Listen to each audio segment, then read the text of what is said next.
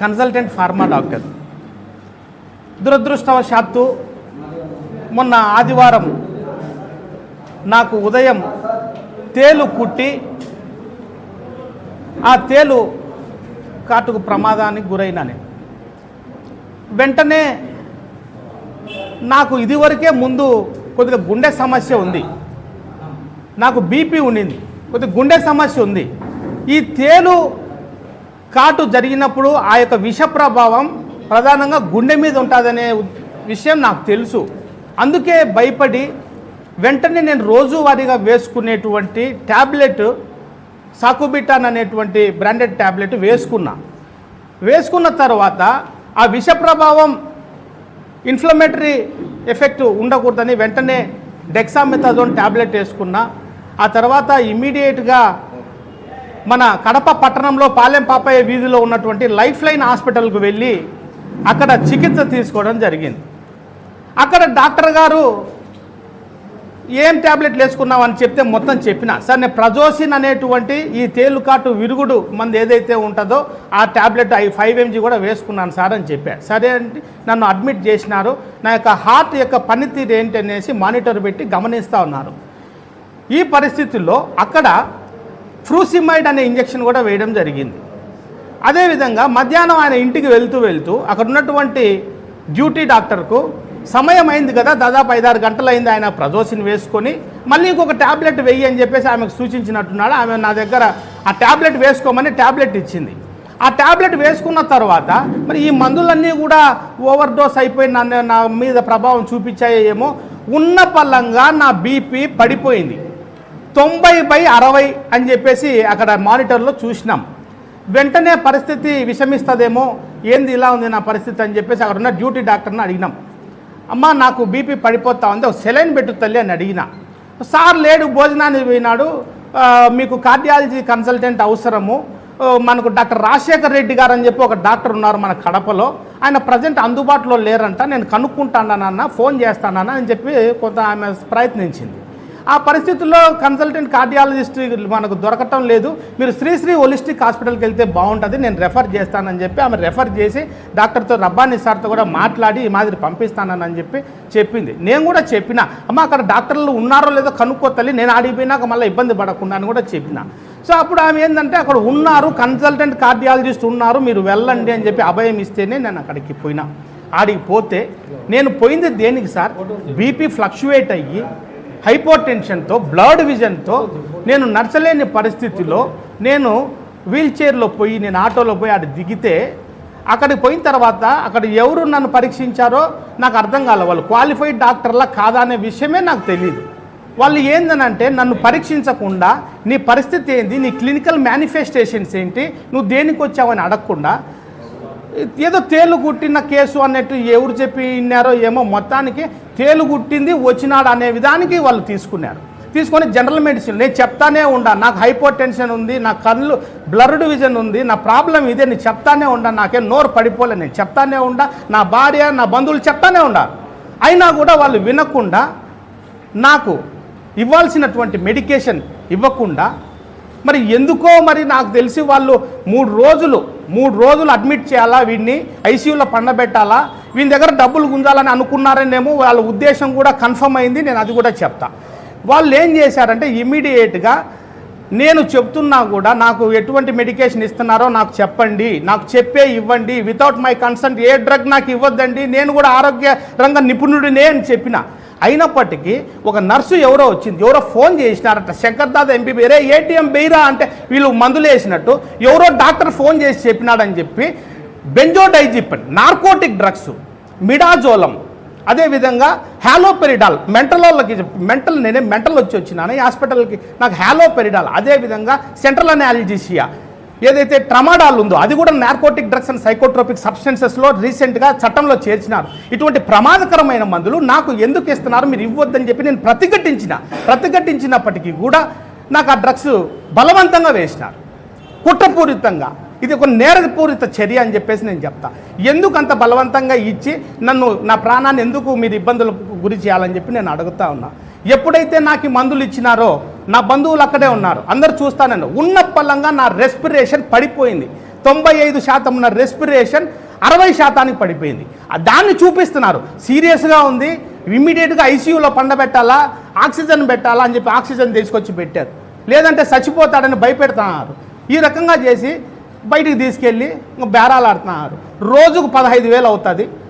ముందు 5,000 కట్టండి, మళ్ళీ 10,000 కట్టండి, మళ్ళీ ఇంత అవుతుంది. ఇంకొక అతను వచ్చాడు, ఏసీ రూమ్ అంటాడు, డబల్ ఏసీ అంటాడు, వార్డు ఏసీ వార్డు అంటాడు, బేరాలు ఆడడం మొదలుపెట్టినారు.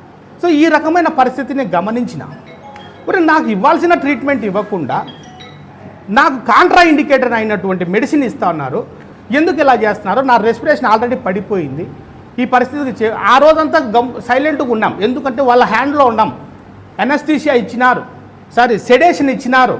మత్తులో ఉండా, కాలు చెయ్యి కదలడంలే, బ్రెయిన్ ఒకటి పని చేస్తుంది, పైకి చూస్తానా ఏం చేయాలో తెలియటంలే. పైగా నా ఒంటి మీద బట్టలన్నీ తీసేసినారు. బయటికి పారిపోదామా, వీళ్ళ దగ్గర నుంచి బతికి బయటికి పోదామా అని అంటే బట్టలు లేవు ఒంటి మీద. ఒకటి ఏందో కప్పినారు అంతే, ఒకటి బ్లూ కలర్ది ఏందో గ్రీన్ కలర్ది డ్రెస్ వేసినారు. ఆ పరిస్థితుల్లో ఏమీ చేయలేని పరిస్థితి. సరే అట్టే ఉండిపోయా. పొద్దున మెలకు వచ్చింది, నాకు కొద్దిగా శక్తి వచ్చింది. పోయి డిశ్చార్జ్ అయిపోదాం మేడం, నన్ను ఏమైంది నా పరిస్థితి, నా డిశ్చార్జ్ చేయండి అని అడిగినా. ఎవరో ఒక మనిషి వచ్చినాడు, ఏమి ఉండు 2 రోజులు పోదులే, సల్లంగా పనుకో ఏసీలో అంటాడు. నేను వచ్చింది దేనికి? మీరు ఏసీలో నేనేమో అత్తగారికి అల్లం తినడానికి వచ్చినానా? ఒరే నాయన నన్ను డిశ్చార్జ్ చేయండి రా తండ్రి అని చెప్పి అడిగిన. దానికి చేయలే. ఇమ్మీడియట్గా ఆ హాస్పిటల్ ఓనర్ ఎవరో నెట్లో నెంబర్ చూసి ఫోన్ చేసిన హైదరాబాద్కు. ఫోన్ చేస్తే ఆ మనిషి దొరకలే. వెంటనే డిఎంహెచ్ఓ గారికి ఫోన్ చేసిన. సార్ నన్ను ఈ మాదిరి ఠాగూర్ సినిమాలో చూసినట్టుంది నాకు ఇదంతా కూడా, సార్ నన్ను బయటపడేయండి సార్, నన్ను రక్షించండి సార్ అని ఫోన్ చేసిన. ఆయన మరి పాపం ఆయన అధికారి ఏం చేస్తాడు, నువ్వు రిటర్న్ కంప్లైంట్ అని అన్నాడు. నేను వాళ్ళకి చెప్పిన, నేను డిఎంహెచ్ఓ గారికి ఫోన్ చేసిన, మీ ఓనర్కు నేను ఫోన్ చేసే ప్రయత్నం చేసిన, నన్ను దయచేసి ఇక్కడి నుంచి పంపించండి, నాకు ఇంకా ఏ ఇంజక్షన్లు వేయొద్దండి అని చెప్పి నేను వాళ్ళని గట్టిగా అడిగితే అప్పుడు డిశ్చార్జ్కి పెట్టినారు. సో ఈ రకమైన పరిస్థితి. సార్ నేను పోయింది హైపర్ టెన్షన్ సమస్యతో పోతే నాకు దానికి ట్రీట్మెంట్ ఏమి ఇవ్వకుండా నాకు మత్తు సూదులు ఎందుకు వేసినారు అనేది నేను అడుగుతాను. సార్ నన్ను ఒక్కనే ఎందుకు చేసినారనంటే ఇది నాకు మాత్రమే తెలిసి నా సంఘటన నా సెల్ఫ్ కాబట్టి నాకు తెలుస్తుంది. ఈరోజు పొద్దున ఇద్దరు ముగ్గురు ఫోన్ చేసినారు. నేను దాన్ని కూడా నేను సోషల్ మీడియాలో పెట్టిన. సేమ్ ఒక ఆమె వేంపల్లి దగ్గర ఏదో ఊరు చెప్పింది, ఆమె కూడా అదే ప్రాబ్లం. ఒంటిమిట్ట నుంచి ఒకరు ఫోన్ చేసినారు. నేను మాధవరం నుంచి ఒక సుబ్బమ్మ అనే ఒక ఆమె ఫోన్ చేసింది. అందరికీ ఇదే రకంగా జరుగుతుందని వాళ్ళు చెప్తున్నారు. నేను ఆ రోజు అడ్మిట్ అయిన రోజు ఆదివారం సాయంత్రము ఒక మనిషి ఇట్లా పేపర్లు పట్టుకొని తిరుగుతున్నాడు. ఏమి రానంటే పక్కకు తిరిగి చూస్తే బిల్లులు ఎందుకు ఇన్నేసినారు, మమ్మల్ని ఎప్పుడు డిశ్చార్జ్ చేస్తారు మీరు, వాడు లబోదిబోమని మొత్తుకుంటాడు. 5-6 రోజులు అయిందంట ఆడికొచ్చి.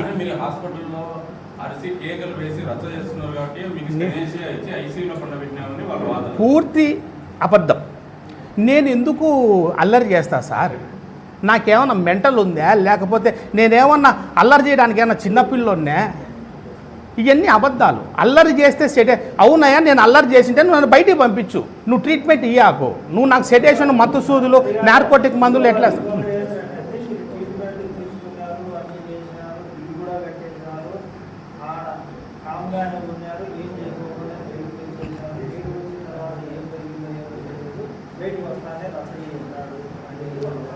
నేను లోపలే రచ్చ చేశాను సార్. ఆ హాస్పిటల్ యజమాని ఎవరో కనుక్కొని ఆయనకు చెప్పాలని చెప్పి నేను ఒకటే చేసిన. ఈ రకమైన పరిస్థితులు, ఈ రకమైన విధానం ఈడ ఎందుకు ఉంది? ఇది ఏందిరా నాయన, ఇది ఠాగూర్ సినిమాల మాదిరి దోపిడీ కనపడుతుంది సార్.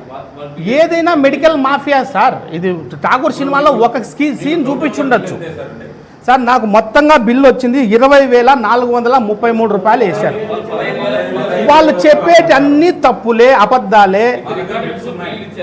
ఇదో మా దగ్గర బిల్లులు, ఇదో తీసుకోండి, ఇది మాకు ఇది వాళ్ళు ఇచ్చిన బిల్లులే. నేను కూడా ఇస్తాను సార్, వాళ్ళు ఇచ్చింటే. సార్ వాళ్ళు సార్ నాకు తెలిసి ఈ ఇష్యూ బయటకు వచ్చింది కాబట్టి నేను అందుకే కడప జిల్లా కలెక్టర్ గారిని, డిఎంహెచ్ఓ గారిని చేతులు జోడించి అడుగుతా ఉన్నాను సార్. వాళ్ళు ఖచ్చితంగా ఇవన్నీ కూడా రికార్డ్స్ మారుస్తారు. వాళ్ళు సీసీ ఫుటేజ్ తీసుకోండి దయచేసి అధికారులు. ఆ హాస్పిటల్ యొక్క సీసీ ఫుటేజ్ నేను అడ్మిట్ అయినప్పటి నుంచి డిశ్చార్జ్ అయినంత వరకు సీసీ ఫుటేజ్ సెక్యూర్ చేయండి.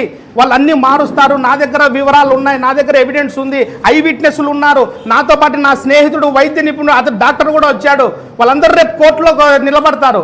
మీరు సాక్ష్యాధారాలు మారిస్తే ఒప్పుకునే పరిస్థితి లేదు. అధికారులను ఒకటే విన్నవించుకుంటున్నాం, దయచేసి వాళ్ళ దగ్గర నుంచి అన్ని రికార్డులు తీసుకోండి అని నేను ఆల్రెడీ ఇదివరకే కలెక్టర్ గారికి, డిఎంహెచ్ఓ గారికి నేను లేఖలు రాసిన, కంప్లైంట్ పెట్టిన. వాళ్ళు ఎన్నైనా మారుస్తారు. ఆయన డాక్టర్ గారు ఎవరైతే మొన్న ప్రెస్ మీట్ పెట్టారో, ఆయన 1 టౌన్ పోలీస్ స్టేషన్లో ఆయన ఫిర్యాదు ఏదైతే ఇచ్చారో దాంట్లో ఆయన ఒప్పుకున్నాడు, నాకు సెడేషన్ ఇచ్చారు, నాకు నార్కోటిక్ మందులు ఇచ్చారు, నాకు ట్రమాడాల్తో పాటు హ్యాలోపెరిడాలు, అదేవిధంగా మిడాజోలం, బెంజోడైజిపిన్ డ్రగ్స్ సరిగి, గంజాయి కంటే దారుణమైనటువంటి మత్తునిచ్చే డ్రగ్స్ సరిగి నాకు ఎందుకు వేస్తారని నేను అడుగుతాను. నా పరిస్థితి ఏంది? అధికారులు ఏం చేస్తున్నారో సార్ మీరు మీడియా వాళ్ళు, సమాజంలో తిరిగే వాళ్ళు మీకే తెలియాల, వ్యవస్థ ఎట్లుందో మీకు తెలుసు. Very good sir. ఈ సందర్భంగా నేను ఒకటి తెలియజేసుకుంటా ఉన్నా, ట్రమాడాల్ ట్యాబ్లెట్ ఇటీవల కాలంలో విచ్చలవిడిగా దుర్వినియోగం అవుతుందని చెప్పి మన గౌరవ కడప ఎమ్మెల్యే గారు మాధవిరెడ్డి గారు, ఆమె ఎప్పుడైతే ఎమ్మెల్యేగా మొదటిసారిగా కాలు పెట్టిందో అసెంబ్లీలో, ఆమె మొట్టమొదటిసారిగా మాట్లాడింది ఈ ట్రమాడాల్ మందు గురించే. అయ్యా, ట్రమాడాల్ కడప జిల్లాలో విచ్చలవిడిగా దుర్వినియోగపడతా ఉంది, ఇంజక్షన్లు వేసుకుంటా అన్నారు, మత్తుకు బానిసలు అవుతా అన్నారు యువత అని చెప్పి మహాతల్లి ఎవడు కూడా ఆ యొక్క విషయాన్ని ఈ రాష్ట్రంలో ఎవడు మాట్లాడలే. మన కడప జిల్లా ఎమ్మెల్యే మన మాధవక్క మాట్లాడింది. దాని మీద విస్తృతంగా రాష్ట్ర వ్యాప్తంగా దాడులు జరిగినాయి, దాని మీద ఉక్కుపాదం మోపింది ఔషధ నియంత్రణ శాఖ. అయినా కూడా ఈ మెడికల్ మాఫియా ఏ విధంగా తయారైందంటే, ఎంత చర్యలు తీసుకున్నా, ఎంత దాడులు చేసినా, ఎంత నిఘా పెట్టినా కూడా ఏదో విధంగా ఈ మందులు దుర్వినియోగం అవుతానే ఉన్నాయి. కాబట్టి నేను అడుగుతాను మన కడప జిల్లా ఎమ్మెల్యే గారిని కూడా కోరుకుంటున్నాక, నేను చేతులు జోడించి వేడుకుంటున్నా, ఈ రకంగా ఆసుపత్రిలో అధికారికంగా ఎంత బాధ్యతగా ఉండాల్సినటువంటి వైద్యులు ఈ రకంగా బెంజోడైజిపిన్స్, మీరు మాట్లాడింది ఓన్లీ ట్రమడాల్ గురించే, బెంజోడైజిపిన్స్, అదేవిధంగా ఈ మత్తు మందులు, హ్యాలోపెరిడాల్, సైకోటిక్ డ్రగ్స్, ఇటువంటి మందులు ఈ రకంగా ఇస్తున్నారు. దయచేసి అధికారులకు మీరు కూడా చెప్పండి, దీని మీద పెద్ద ఎత్తున కమిటీ వేయాలి. ఇటువంటి పరిస్థితి అదే సార్, అది ఇవ్వలేదు, వాళ్ళు ఇచ్చినట్టు ఇవ్వాల. ఒకవేళ నిజంగా మీరు ఇచ్చునుంటే, అధికారికంగా ఇచ్చునుంటే, మీ యొక్క మెడికల్ పర్యవేక్షణ ఇచ్చుంటే రికార్డు రాయాలా. రికార్డు రాయకపోవడం పెద్ద నేరం. ఒకవేళ రికార్డు ఉండాలి. ఒకవేళ నేను చచ్చిపోయి ఉంటే నా చావుకు కారణం ఏంటని ఇస్తారు వాళ్ళు, చెప్పండి. నేను చచ్చుంటే రెస్పిరేటరీ డిప్రెషన్తో నేను చచ్చిపోయి ఉంటే నా చావుకు కారణం ఏమని రాసిస్తారు? అది తేలు గుట్టింది సచ్చినాడా అంటారు. కానీ వీళ్ళు వేసిన ఈ పనికి మాలిన భయంకరమైనటువంటి నార్కోటిక్ మందులు ఇచ్చినారనేటువంటి విషయం వెలుగులోకి రాదు. వాళ్ళు లయబిలిటీని, క్రిమినల్ లయబిలిటీని తప్పించుకుంటారు. ఇది సాక్ష్యాలను రూపుమార్చడమే, సాక్ష్యాలను తుంగలో తొక్కడమే, అనగదొక్కడమే ఇది. కాబట్టి ఇది నేరపూరితమైన చర్య.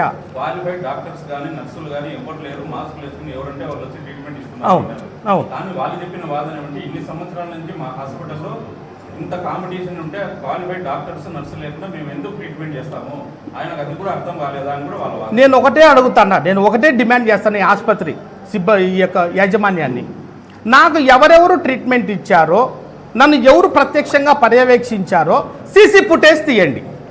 వాళ్ళు ఎవరు, వాళ్ళ క్వాలిఫికేషన్ ఏంది, వాళ్ళ లైసెన్స్ ఏందో తీయండి బయటికి అని నేను అడుగుతాను. నువ్వు యాన్నో కూర్చొని ఇంట్లో నువ్వు ఫోన్ చేసి నువ్వు మెటెక్సెల్, అయ్యా నేను వచ్చింది దేనికి, నాకు బీపీ ఫ్లక్చువేట్ అయ్యి నేను హైపర్ టెన్షన్లో నా బ్రెయిన్కు బ్లడ్ పర్ఫ్యూజ్ కాక నేను ఇబ్బంది పడి వస్తే నా బీపీ నార్మల్ స్టేజ్కి తీసుకురావాల్సినటువంటి నువ్వు కార్డియాలజిస్ట్వి, కన్సల్టెంట్ కార్డియాలజిస్ట్ అని చెప్పినావు మొన్న.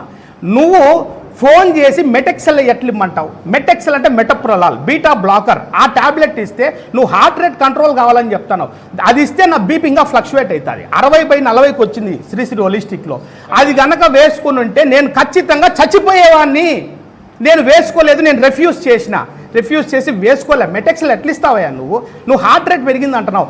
అయ్యా నేను చెప్తా ఉన్నా, భగవంతుడు ప్రతి ఒక్కరికి, మనిషికి, శరీరానికి ఒక ప్రొటెక్టివ్ మెకానిజం ఇచ్చాడు.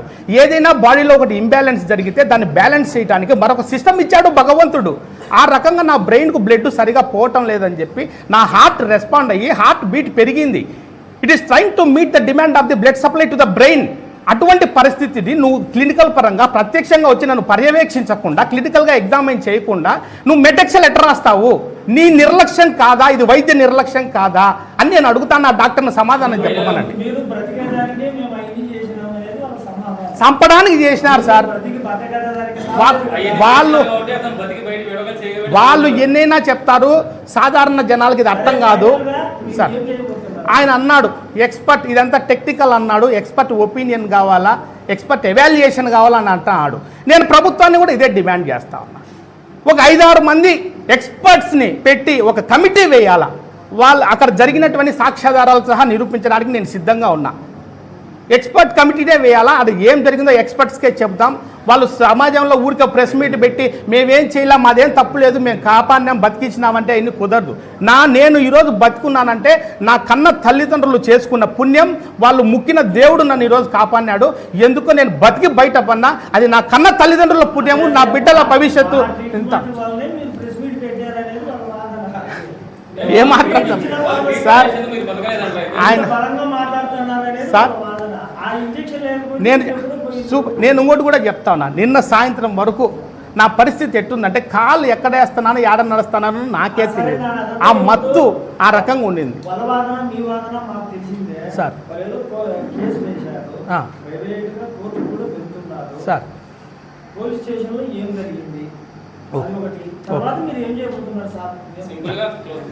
వాళ్ళైతే ప్రెస్ మీట్ పెట్టి నా మీద డిఫమేషన్ ఏదో వేయాలని చెప్పేసి ఏదో ప్రకటన ఇచ్చారు, వేస్తున్నామని చెప్పారు. అయ్యా నాకు ఆ హాస్పిటల్ యొక్క ఫేమ్ని డిఫేమ్ చేయాలని కానీ, ఆ రెప్యుటేషన్ని నేను ఏదో దెబ్బతీయాలని కానీ నాకు ఎటువంటి ఇంటెన్షన్ మెన్సరియా నాకు లేదు. నాకు ఆయన శత్రువు కాదు, హాస్పిటల్ యాజమాన్యం నాకు శత్రువు కాదు, ఆయన ఎవరో నేనెవరో నాకు ఎటువంటి పరిచయం లేదు. నాకు జరిగిన అన్యాయాన్ని ఒక వీడియో కంప్లైంట్ అంటా నేను దాన్ని.